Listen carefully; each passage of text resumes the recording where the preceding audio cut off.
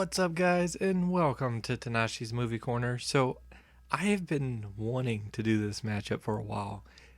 Paul Reviews recommended it way back, months ago, last year sometime. I don't know when. But I asked him if I could hold off on it, and because guess what? There's a movie coming out. It's coming out Friday. Or, well, for me anyway. It's coming out Thursday, but I'm seeing it Friday.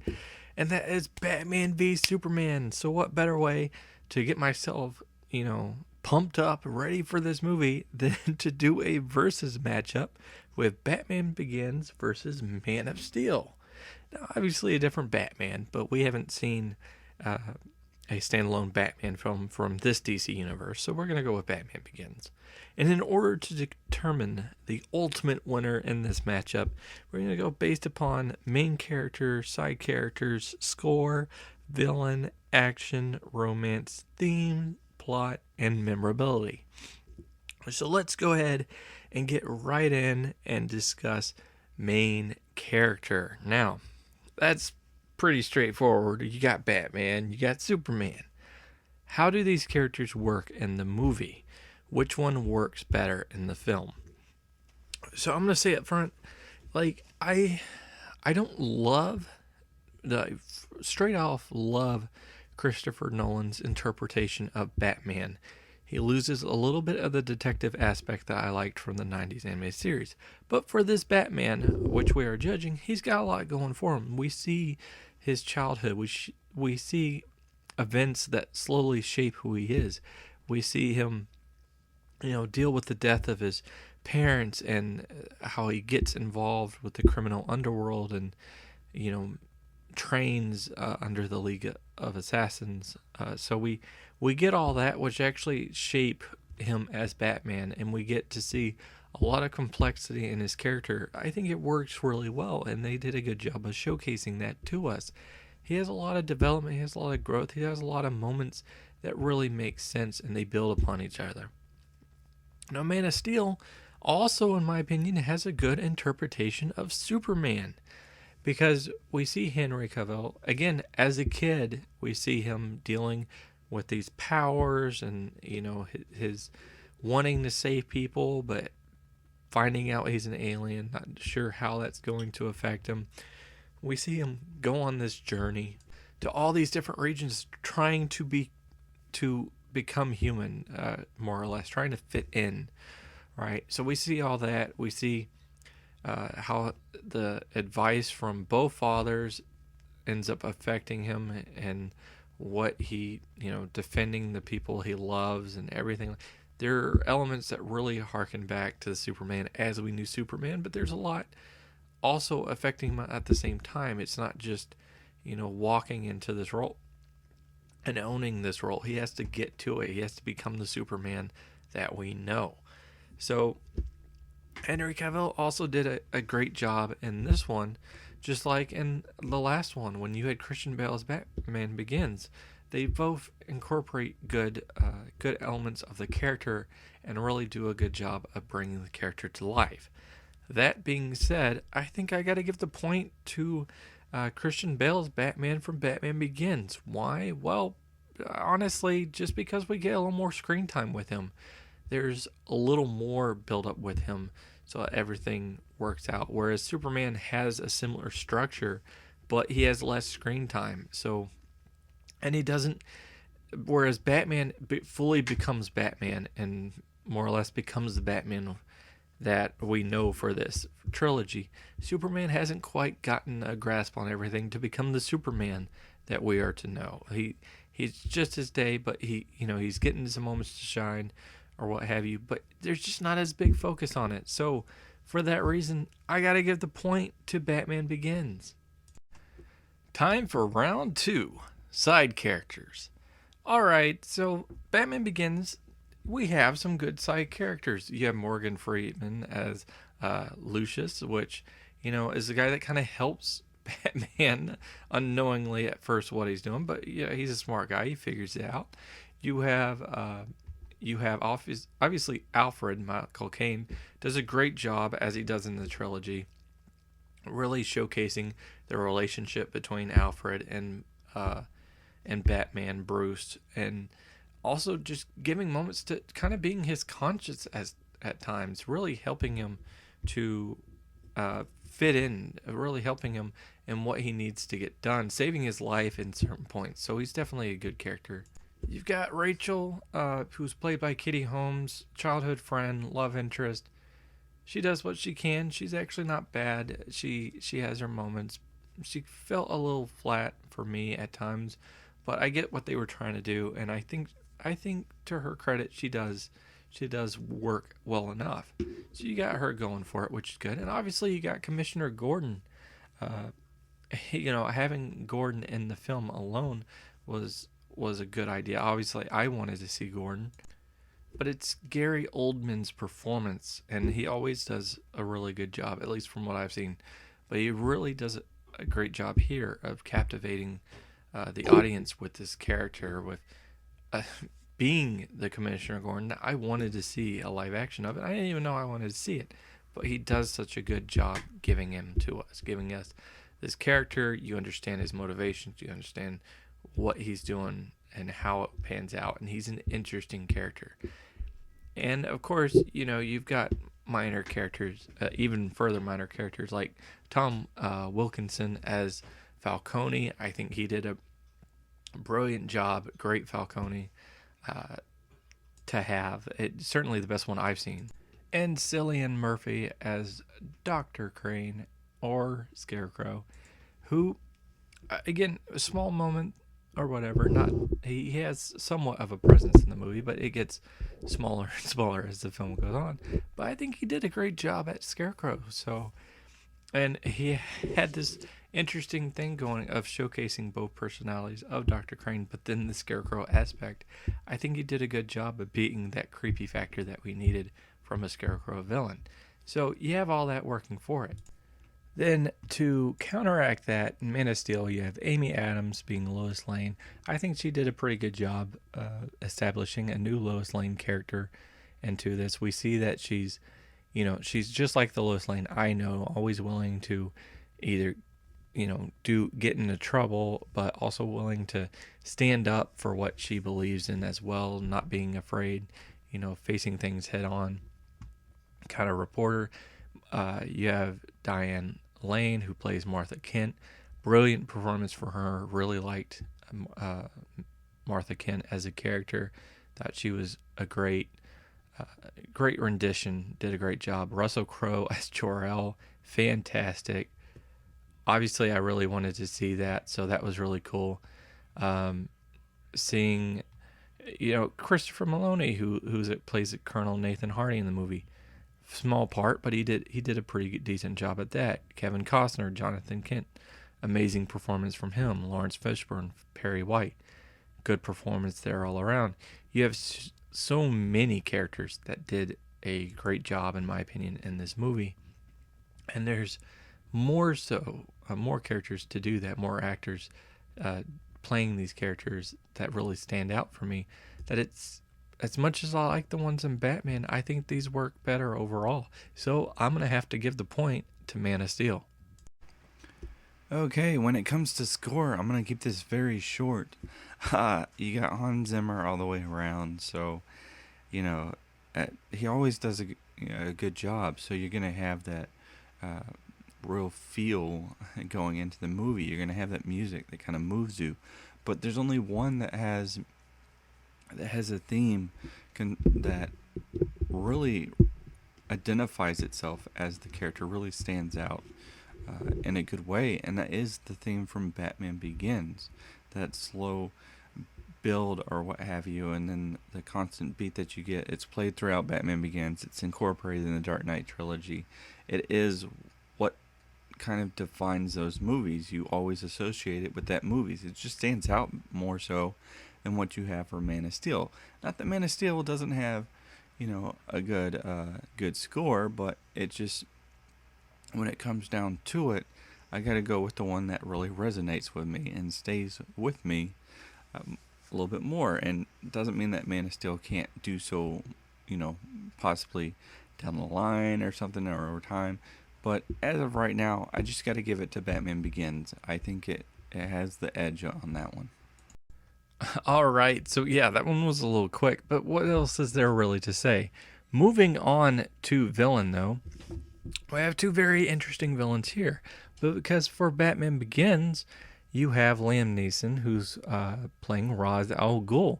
Now, we don't know, or well, some of us didn't know that it was Ra's al Ghul at first. So the character built up over the course of the film.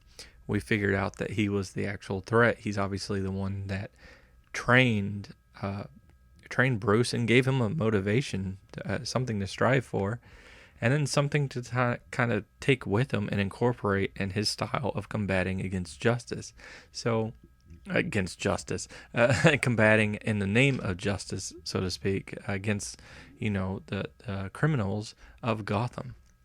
So you had all that working in his favor, and of course Liam Neeson, being as he is, always gives a really solid performance as that character, and had a lot. We even had an emotional moment with that character where he gives some of his backstory, which people were really listening closely to, so that you could hear any little Easter eggs you could. On the flip side of that, Man of Steel, you have General Zod, played by Michael Shannon, who, again, this is one of those times where they take the character and they adapt the character, and he gives us something a little different than what we've seen before. General Zod, he is the villain of the story or whatever, but you do understand his motivations. You see his drive, why he's willing to do this, what lengths he's going to, and in his own way, everything makes sense, and it almost makes sense from our perspective. And Michael Shannon does a great job of showcasing this character who has many different layers to him. We see, kind of the actions he takes. We understand the actions he takes, but we understand also the pain that he goes through when things go a certain way, when things don't pan out. And as a villain, physically, he is stronger than Superman's character. So we have that going as well, and him adjusting his powers. There's a lot happening to his character. And of course, with Jor-El earlier on in the movie. I got a message. Perfect timing. Anyway, still going. The thing is, comparing these two characters, both are obviously relevant to our main character and their lives. We find out in Batman Begins that Ra's al Ghul tried to take out the city of Gotham because he thought it was too corrupted, and that's basically what he is. He's his own form of being a vigilante, but he does so to the extreme sense, whereas Batman doesn't want to go to that. He doesn't want to resort to killing people. Ra's al Ghul's character feels like killing is required because it's a cleansing notion of cleansing the world of this scum and villainy, to quote Star Wars. So you have that again. We see that Bruce's parents kind of interfered with that, with their take on all the stuff that they did, all the buildings they did, trying to bring Gotham out of the depression that they were, the League of Shadows was hoping to put them in. That doesn't quite work as well for me, but that we do understand that, so we get all that and everything. But there's something about Man of Steel, and there's something about General Zod's character bringing a completely new rendition with Michael Shannon to this role, incorporating everything. We get why he's strong. We get his reasoning for doing everything. It's very personal to him. We see that we see the personal stakes hit him when things don't work out in the end. We obviously have the connection between the parents. It makes a bit more sense. Obviously the connection directly to Superman. Everything works, I think, a bit smoother than it does for Batman Begins.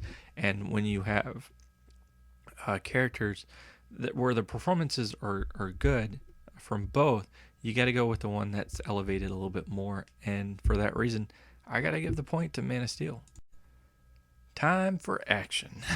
Okay, so on this one, we have a little differing in the styles of action.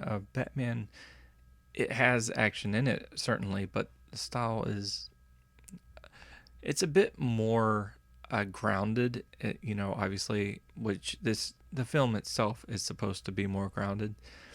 So we have him employing tactics, hiding up in the shadows, using that to his advantage. We got a lot of ninja type fighting skills going on, face to face. A lot of action in that regard, and it is incorporated throughout the entire film. A lot of fist throwing and using some weapons here or there, gas, what have you. But it's very grounded and realistic in that sense. Even if the premise of it is a bit out there, it's grounded in reality with all this kind of hand-to-hand combat situations with, again, the characters. But for this measure, for just the notion, the fighting styles that happen, you believe it, you buy it, and it feels like something that could happen. So that's what they were going for. They achieved that real well. On the flip side of that, you got Man of Steel, which is, I won't say over the top and outlandish, but the action that takes place is obviously very different. It's more stylized. You got a lot of fist throwing too, but on a bigger scale. You got a lot of kicks and throws and everything but it's on a bit of a grander scale. It's supposed to be up in a more superhero-esque aspect than a real person in a cape kind of aspect. So you have that going with it. They're very different styles of action. I personally enjoy both of them. I think they both work really well for the films that they're in. Obviously the same thing wouldn't work if you switched it. So in looking at this, I more or less in picking the winner, I had to go with what action stood out to me more, what was a little bit more encompassing in the film itself. And I feel like Man of Steel does that better and more so. The opening clip that I used to introduce this fight, that was the best action sequence that I can say from Batman Begins. It's not the only one, but it's the one that stands out in my mind. It's the one that really incorporates what the character's like and what he is to villains, what he is to these criminals that are doing these things. How he scares them, how he uses this costume, this symbol of to drive fear into them. And that's really the only time you get to see that. So that's the best indication of him. Whereas in Man of Steel, you got the big fight at the end with Zod. True, and I really like that one. I think that one works really well. But you got the, somewhat smaller fights, if you want to say it, smaller fights with some of Zod's men, with, two of them. And I think that one worked really well, too. You got, Superman when he's over at the planet building, reforming weapon, and he's fighting against that machine. So, there's different moments that stand out. There's the Jor-El fight, obviously, which is more Jor-El and Zod fight, which is more grounded in a sense, like the Batman Begins fight. But those moments, I think, stand out quite a bit, and obviously there's numerous of them. There's not as many for Batman, and so when comparing it, I got to go with the one that just has more moments to it. I think there's a lot more action in Man of Steel, and I think there's a lot of good action in Man of Steel. Just a little bit more so than Batman Begins. So for that reason, I gotta get the point to Man of Steel. Okay, many films have romance in them. These two are no exception, so let's go ahead and take a look at that. When it comes to Batman Begins, obviously, like I said earlier, we have the sort of romance blooming between Bruce Wayne and between Rachel. Childhood friends, we see that established. They obviously have some form of connection, history. They have conversations with each other from time to time. Rachel's kind of brings out Bruce wanting to be the good person, be a better person that she knows that he can be. So you have that working for it. And the truth of it is, as a conceptual idea of having these two enter a romance, I buy it. I buy that they could absolutely be a romance, and they established at different points. He saves her She talks about him. He starts saying that he's different, because she catches him kind of acting out and pretending to be someone he's not. So she kind of makes him want to be better. We see that. They have various conversations throughout the film, and then at the end, where she ultimately chooses not to enter a relationship with him because she understands that the Batman persona is him, and the persona that he's giving as Bruce Wayne the billionaire, that is more or less the mask hiding who he is. So, you know, we see all that, and I think that worked really well. Again, from a idea standpoint, uh, but with Man of Steel, of course, we have Lois Lane. She encounters Superman numerous times. He saves her. She follows his trail, tracks him down, decides not to turn him over, and enters shenanigans basically with him where, we have these moments where she's taken prisoner, whatever. She tries to help get out. There's a lot of different dialogue moments with it. And there's one conversation when he's, well, quote unquote, a prisoner by the military. That I think really shows the chemistry between them very well. So I think that part works in particular. However, the one thing that I gotta say is the romance itself feels like it's a little more rushed. It just kind of happens because he's hot. And I understand. I mean, that thing can happen, I'm sure, but I just don't buy it as much as I buy the one in Batman Begins. However, the problem with Batman Begins is you have the two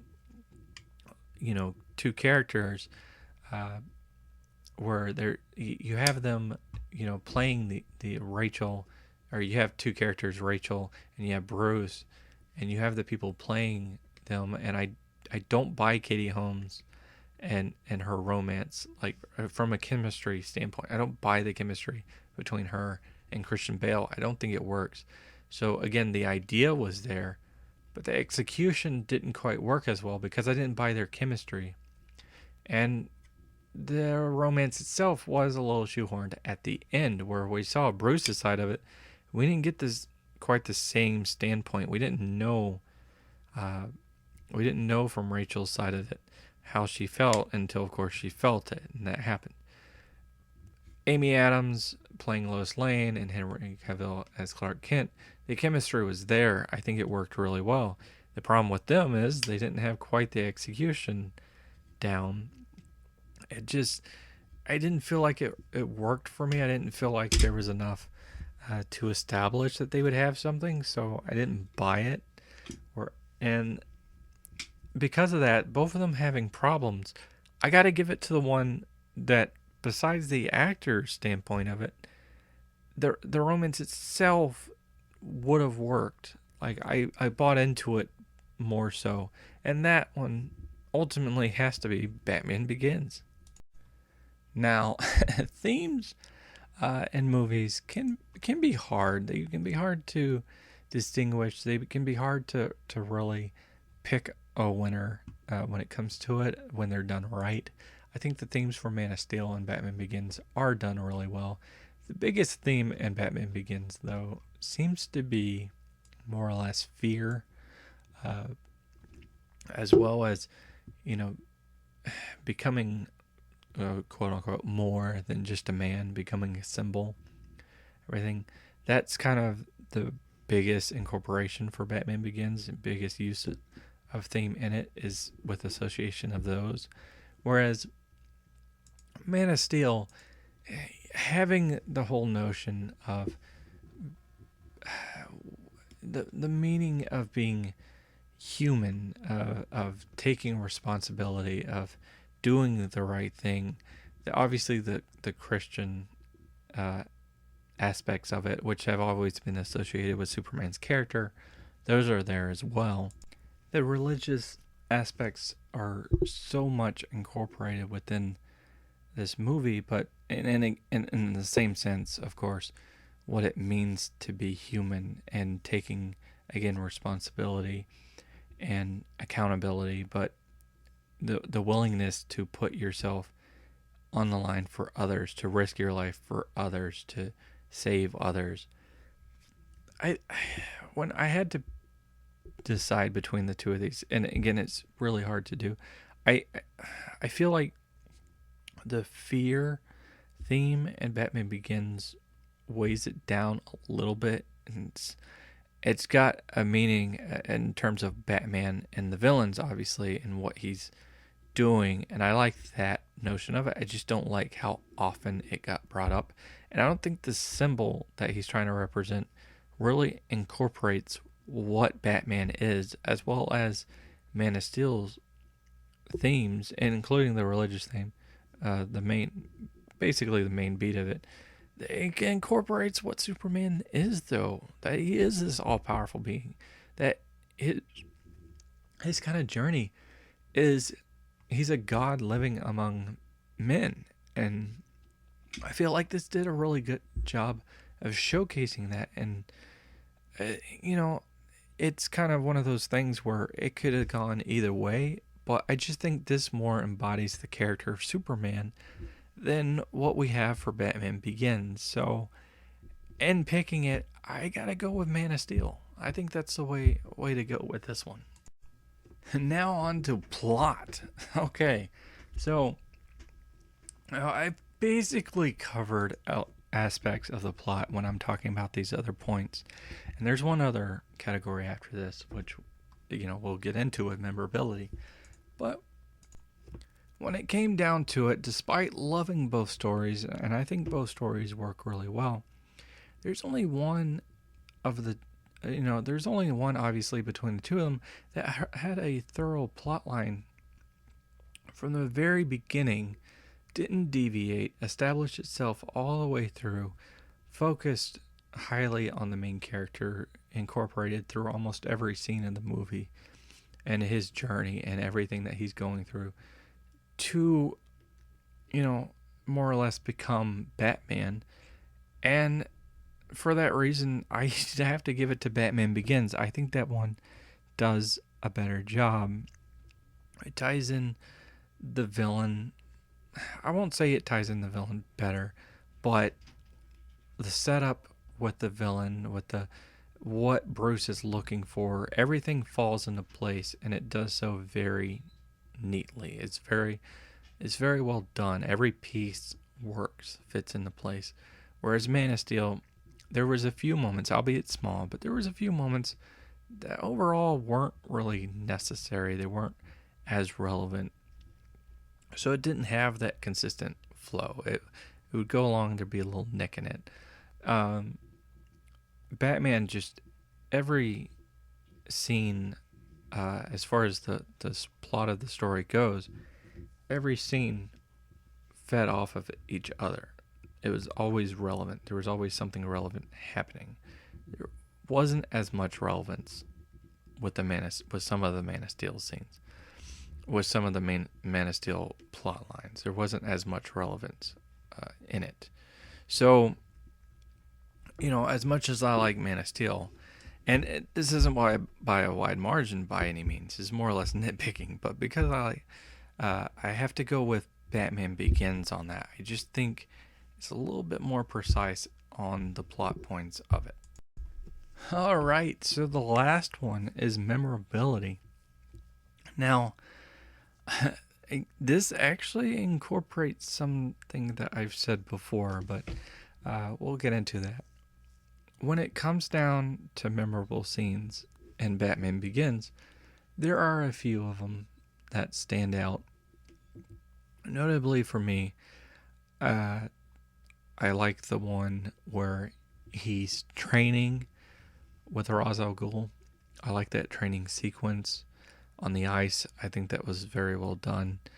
The action scene, going back to it, where he's kind of first fully established as Batman and he's taking down those thugs and the warehouse. I think that was really well done as well. The final fight with Ra's al Ghul on the train, that one was pretty memorable. those, they're not the only ones that are there. I'm sure other people have a few. I think, with Bruce falling down the well, I think that on its own, that very particular moment that happens was memorable. So, there's other moments like that, but they are smaller. Man of Steel for me has a lot going for it in that regard. The entire opening sequence on Krypton, at least from my aspect of it, very memorable. Again, I said this in defending it, but we'd never seen Krypton on a live action scale like this. And to see everything happening, to see General Zod being introduced and the fight with Jor-El and whatever they were trying to do to get Superman out there, all that really worked. There's conversations with Paul Kent. There's two conversations with him and Clark that really stand out in my mind every time I think about this film. Obviously, the fight sequences alone stand out really well. At least a few of them stand out really well for this film. So you have that going for it. There's the moment where he first dons the suit and cape and he's walking out from the ship. Very memorable moment there where he's taking up trying to fly and he's focused on it, and you see the ground kind of rising up a little bit, the score slowly building, and then of course he takes off. That works well too. There's a lot of shots in this film, and this goes to Zack Snyder being a very visual type of director, and a bit more so, I think, than Christopher Nolan. Christopher Nolan's more focused on the story. We see that he kind of won that on plot because he's more focused on the story than it.